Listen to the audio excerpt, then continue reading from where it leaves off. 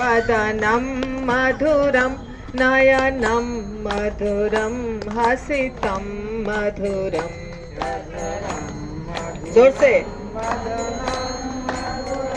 नयनं मधुरं हसितं मधुरं। भगवान के होठ मधुर हैं, भगवान का वचन मधुर है, भगवान का शरीर मधुर है, भगवान की हंसी मधुर है, भगवान की आंखें मधुर है। हृदयं मधुरं गमनं मधुरं, हृदयं मधुरं मधुराधिपतेरखिलं मधुरं, मधुराधिपतेरखिलं मधुरं। वचनं मधुरं चरितं मधुरं, वसनं मधुरं वलितं मधुरं। वचनं मधुरं चरितं मधुरं, वसनं मधुरं वलितं मधुरं। चलितं मधुरं भ्रमितं मधुरं, चलितं मधुरं मधुराधिपतेरखिलं मधुरं, मधुराधिपतेरखिलं। भगवान मधुरों के मालिक हैं। मधुराधिपतिर अखिलम यानी सब कुछ मधुर है। वेणुर्मधुरो रेणुर्मधुरः, पाणि मधुरः पादौ मधुरः। वेणुर्मधुरो रेणुर्मधुरः, पाणि मधुरः पादौ मधुरः। नृत्यं मधुरं सख्यं मधुरं, नृत्यं मधुरं सख्यं मधुरं। मधुराधिपतेरखिलं मधुरं, मधुराधिपतेरखिलं। भगवान की बांसुरी मधुर है, यानी कि बहुत अच्छी आवाज आती है भगवान के बांसुरी से। सारी गोपियां, गैया, बछड़े सब दौड़ के चले आते थे। रेणु, उनके चरण कमल की जो रज है वो बहुत मधुर है। उनके हस्त कमल बहुत मधुर है, जिससे क्या उठाया था उन्होंने? गोवर्धन। उनके चरण कमल बहुत मधुर है, जो पूरे ब्रज मंडल में सारे धरती के ऊपर छाए हुए हैं। सब कुछ नृत्य मधुर, उनके सखा मधुर। ये जो जगह है सब सुन रहे हैं सखा, मधुमंगल और श्री दामा और सुदामा, सारे सखा यहाँ पे विराजमान होकर सुन रहे हैं। ऐसा मत समझिए कि सिर्फ आप ही सुन रहे हैं। तो सब कुछ भगवान का क्या है? मधुर है। गीतम मधुरम पीतम मधुरम, भोक्तम मधुरम सुक्तम मधुरम। गीतम मधुरम पीतम मधुरम, भोक्तम मधुरम सुक्तम मधुरम। रूपम मधुरम तिलकम मधुरम, मधुराधिपतेरखिलं मधुरं, मधुराधिपतेरखिलं, मधुराधिपतेरखिलं मधुरं। करणं मधुरं तरणं मधुरं, हरणं मधुरं रमणं मधुरं। करणं मधुरं तरणं मधुरं, हरणं मधुरं रमणं मधुरं। वमितं मधुरं कमलं मधुरं, वमितं मधुरं कमलं मधुरं। मधुराधिपतेरखिलं मधुरं, मधुराधिपतेरखिलं मधुरं। गुञ्जा मधुरा माला मधुरा, यमुना मधुरा वीची मधुरा।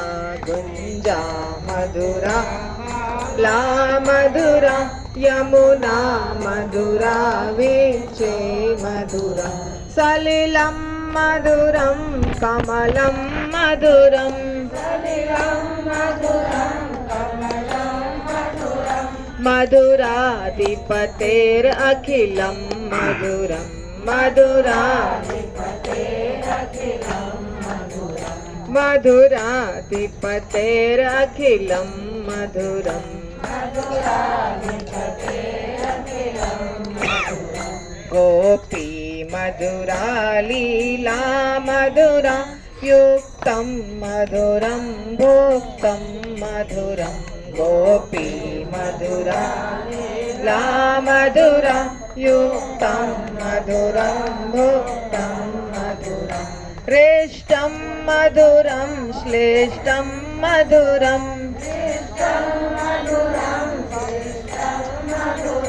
मधुराधिपतेरखिलं मधुरं मधुराधिपतेरखिलं मधुरं गोपा मधुरा गावो मधुरा याष्टिर्मधुरा श्रेष्ठे मधुरा गोपा मधुरा गावो मधुरा याष्टिर्मधुरा श्रेष्ठिर्मधुरा दलितं मधुरं फलितं मधुरं दलितं मधुरं फलितं मधुरं मधुराधिपतेरखिलं मधुरं मधुराधिपतेरखिलं मधुरं मधुराधिपतेरखिलं मधुरं मधुराधिपतेरखिलं मधुरं।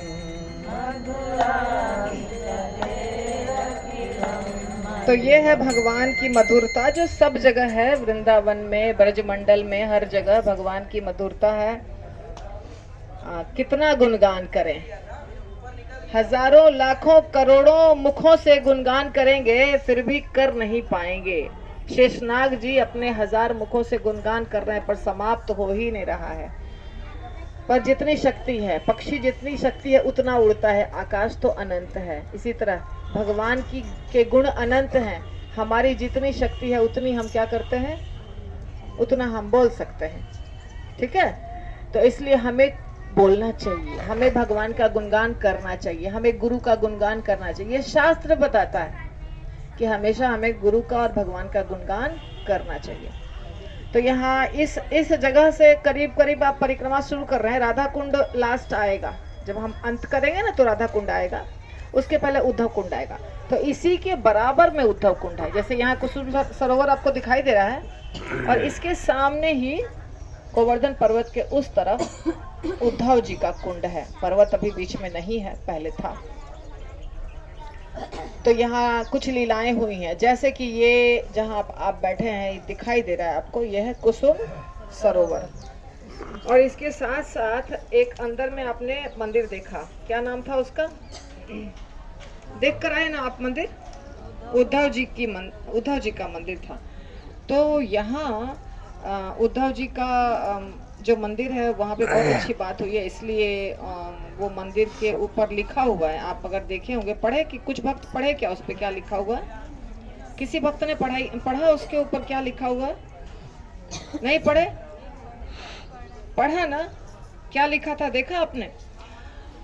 जब भगवान लीला समाप्त करके इस धराधाम से चले गए गोकुल, जो नित्य निवास है उनका आध्यात्मिक जगत में, तो वहां चले गए तो उनकी 16,100 पत्नियां सब अपने द्वारका से, जब उन्होंने द्वारका समाप्त कर दिया तभी 16,100 पत्नियों को कहा था कि अर्जुन को लेकर के जाने के लिए, क्योंकि वो सब समेट लिए लीला, सारे बच्चे वगैरह लड़ झगड़ के सब चले गए अपने अपने धाम। तो उनकी पत्नियां रह गई, लेकिन तो पत्नियों को लेके वज्रनाभ और अर्जुन दोनों आए इधर हस्तिनापुर के तरफ जा रहे थे, जो भी जहां भी जा रहे थे। तो क्या हुआ वो बहुत उदास थी, भगवान के विरह में सारी उनकी पत्नियां बहुत उदास थी। तो यमुना माता के पास आई। अब यमुना आपने देखा है ना, अभी तो छोटी नदी है पर पहले बहुत विस्तार, उसका तट बहुत बड़ा था। तो यमुना इधर भी बहती होंगी, बहुत दूर दूर तक बहती थी यमुना माता। तो यमुना माता के पास आई और बोली कि आपको कैसे कृष्ण के विरह में रहा जा रहा है, आपको कोई दुख नहीं हो रहा है क्या? हम तो बहुत दुखी हैं, हमें हमारा एक एक क्षण बीतता नहीं है कृष्ण के विरह में। तो यमुना माता जी ने कहा कि आपको क्या करना चाहिए? कथा सुननी चाहिए, ठीक है ना। तो उद्धव जी को पहले ही शिक्षा मिल गई थी। उद्धव जी जब आए थे बहुत पहले गोपियों से भगवान का संवाद पहुंचाने के लिए मिले थे, तो गोपियों के भाव को देख करके उद्धव जी को समझ में आ गया था कि मेरा स्तर बहुत नीचे है और इनका भक्ति का स्तर बहुत ऊंचा है। तो उद्धव जी फिर बार बार आकर के और गोपियों से शिक्षा लेते थे कि कैसे भक्ति करनी चाहिए, किसको कहते हैं शुद्ध भक्ति। तो उनको ज्ञान हो गया था पूरा भक्ति का तब तक। तो उद्धव जी ने इसी स्थान पर गोपियों भगवान की रानियों को 1 महीने तक श्रीमद् भागवतम की कथा सुनाई। कितने दिन तक? तब परीक्षित महाराज भी थे, पर उद्धव जी ने कहा परीक्षित महाराज को कि आपके लिए बाद में कथा होगी, अभी आपको राजपाट जो संभालना है वहां आप चले जाइए। तो परीक्षित महाराज के लिए बाद में कथा हुई, जो आप जानते हैं 1 सप्ताह की। वो कौन सी कथा थी? हाँ, और किसने सुनाया था? सुखदेव गोस्वामी ने सुनाया था। तो परीक्षित महाराज के लिए कथा बाद में हुई, पर रानियों को कथा यहाँ सुना दी गई। तब जाके रानियों का विरह क्या हुआ? थोड़ा कम हुआ, ठंडा हुआ। जो अग्नि जल रही थी विरह की, कृष्ण के विरह की, वो ठंडा हुआ। और ये जो स्थान है, यहाँ एक बगीचा था जो मैं ढूंढ रही हूँ आपको संवाद सुनाने के लिए। किधर गया वो? ये बुक मेरी नहीं है इसलिए मुझे कुछ मिलता नहीं है जल्दी। हाँ, मिल गया। तो यहाँ एक बगीचा था फूलों का। उस बगीचे में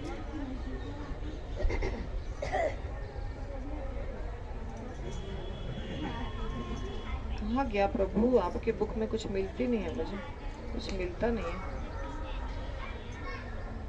फूलों का बगीचा था और फूलों के बगीचे में फूल तोड़ने के लिए आती थी राधा रानी और उनकी सखियां।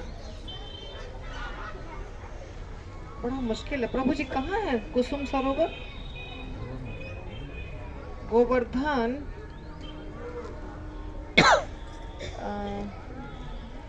तो दोनों के बीच में भगवान नहीं चाहते हैं कि मैं बुक देख करके आपको बताऊं, इसीलिए मुझे दिखाई नहीं दे रहा है वो। तो उनके बीच में जो नोक झोंक हुई है ना, वो नोक झोंक जरा सुनने में बड़ा मजा आता है, वो मैं आपको बताना चाह रही थी। हाँ चलिए ठीक है, मिल गया, कृपा कर दिया भगवान ने। तो ये प्रसंग हुआ है राधा रानी और उनकी सहेलियों के बीच में और कृष्ण के बीच में। देखिए, कृष्ण जब राधा रानी आती है, सूर्य की पूजा करती थी राधा रानी रोज। पांच देवता की पूजा बताया गया है शास्त्र में। पंचदेव की पूजा वेदों में बताया गया है। किसकी किसकी? विष्णु भगवान की, सूर्य की, शिव जी की, दुर्गा माता की और गणपति की। ठीक है, तो इसमें से किसी एक की या तो पांचों की, या जैसे मर्जी है वैसे आप पूजा कर सकते हैं। तो सूर्य देव बहुत पूजनीय है शास्त्र के अनुसार। तो सूर्य देवता की पूजा करने के बहाने राधा रानी घर से निकलती थी और कृष्ण से मिलती थी। तो कृष्ण ने पूछा, एक बार पूजा के लिए फूल तोड़ती थी यहाँ से उनकी सखियां, और वो तो एक बार कृष्ण ने पूछा कौन है? राधा ने कहा कोई नहीं। फिर कृष्ण, ठीक से बताओ तुम कौन है, कौन हो? राधा, कोई नहीं। कृष्ण, बड़ी टेढ़ी मेढ़ी बात कर रही हो। राधा रानी, तुम बड़ी सीधी बातें करते हो। कृष्ण, मैं पूछ रहा हूँ तुम कौन हो? राधा, क्या तुम जानते नहीं? कृष्ण, क्या कर रही हो? सूर्य पूजा के लिए पुष्प चयन कर रही हो। कृष्ण, क्या किसी का आदेश लिया? यानी ये बगीचा मेरा है, तुमने आदेश लिया क्या? परमिशन लिया क्या फूल तोड़ने के लिए? राधा जी, किसी के आदेश की आवश्यकता नहीं है। तो कृष्ण कहते हैं, अच्छा आज चोरी पकड़ी गई। मैं रोज सोचता था कि हमारे पुष्प वाटिका से पुष्प कौन चुराता है और इस पुष्प उद्यान को पूर्ण रूप से किसने उजाड़ दिया है। आज तुम्हें मैंने पकड़ लिया, अभी मैं सजा दूंगा। राधा रानी, तुम कब से इस पुष्प वाटिका के मालिक बन गए? क्या यहाँ एक भी पौधा लगाया है या किसी पौधे को सींचा है? उल्टे तुम लाखों गौओं, उद्धत, सखाओं और सबके साथ मिलके इस कुसुम वन को उजाड़ने वाले हो। तुम भक्षक हो, तुम रक्षक कब से बन गए? कृष्ण, मैं बड़ा धर्मात्मा हूँ, मेरे ऊपर ये आक्षेप मत लगाओ। मैं तुम्हें उचित शिक्षा दे रहा हूँ। राधा रानी, अच्छा तुम बहुत बड़े धर्मात्मा हो। पैदा होते ही एक नारी का वध किया, पूतना का। बचपन में इतना झूठ बोला माता के साथ। पास पड़ोस सबका, सब माताओं का मक्खन चोरी किया। बड़े होने पर कुमारियों का वस्त्र चोरी किया, गाय का वध किया, बछड़े का वध किया, और तुम कहते हो कि तुम बड़े धर्मात्मा हो। जब ये सब सुना तो भगवान ऐसे ऐसे करते करते सोचे कि अब चुप रहने में ही भलाई है। मधुमंगल की तरफ देख करके, ज्यादा बोलना ठीक नहीं है। इसके बाद सब सखियों ने, ये लीला होती है वास्तव में, भगवान को बहुत अच्छा लगता है तो ये लीला होती है। तो मैंने एक लीला सुनाई, ज्यादा नहीं, क्योंकि बहुत लेट हो जाएगा हम लोग को जाने में।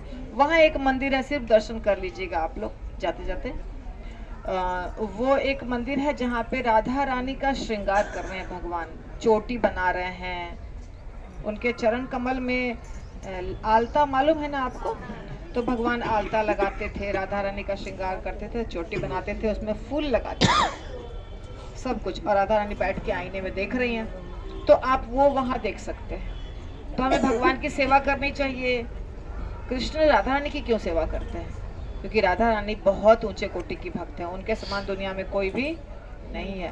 तो भक्त, सुना है ना कि भगत के वश में है भगवान, भगत के वश में है भगवान। तो भक्त के वश में भगवान रहते हैं। भगवान को सिर्फ भक्ति से आप खरीद सकते हैं।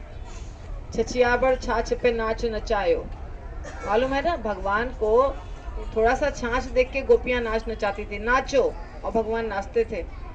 तो भगवान को ना धन से खरीद सकते हैं आप, ना ज्ञान से खरीद सकते हैं आप, कोई चीज से नहीं खरीद सकते हैं, लेकिन सेवा और भक्ति से आप भगवान को भी खरीद सकते हैं। प्रेम से आप भगवान को भी खरीद सकते हैं। यही भाषा चलती है वहाँ पे, दूसरी भाषा नहीं चलती है। अब और लंबा लेक्चर नहीं होगा, लेट हो जाएगा, ठीक है।